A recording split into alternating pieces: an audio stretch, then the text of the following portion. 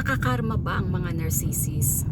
Well, kadalasan, kahit naman hindi narcissist, basta may mga tao na nakapanakit sa atin, may taong nanloko sa atin, or yung mga taong gumagawa ng mga hindi mabubuti sa kapwa. Gustong-gusto talaga natin silang makarma. Or gusto natin na maranasan nila, maramdaman din nila yung mga naranasan, yung paghati, yung sakit na nararamdaman natin. Gusto natin maranasan din ng taong yun, right?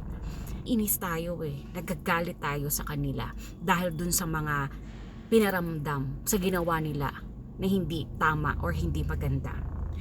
Lahat naman tayo I believe meron sinasabing law of karma.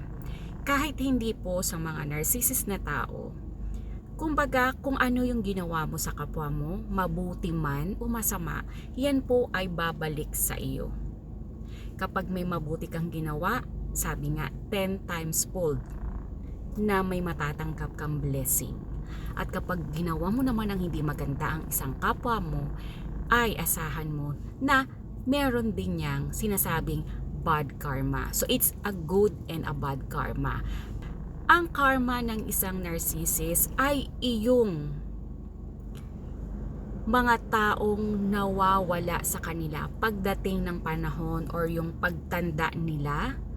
Habang tumatagal, yung mga taong nagmahal, yung mga taong nandyan for them, yung mga hindi nila na-appreciate, yung mga niloko nila, yung mga ginamit nila, lahat, everything, yung mga nasaktan nila, lahat yung mga taong yun is unti-unting mawawala sa buhay nila. At the end of the day, mag-iisa na lang sila. So that is the karma of narcissist.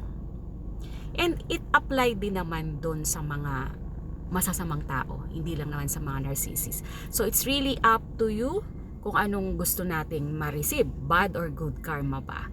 So ganun lang naman yan, narcissist or not is I believe na may mga karma talaga. And nandiyan naman si Lord. Lagi naman niyang nakatingin sa atin. So alam niya yung mga taong nang aapi at inaapi.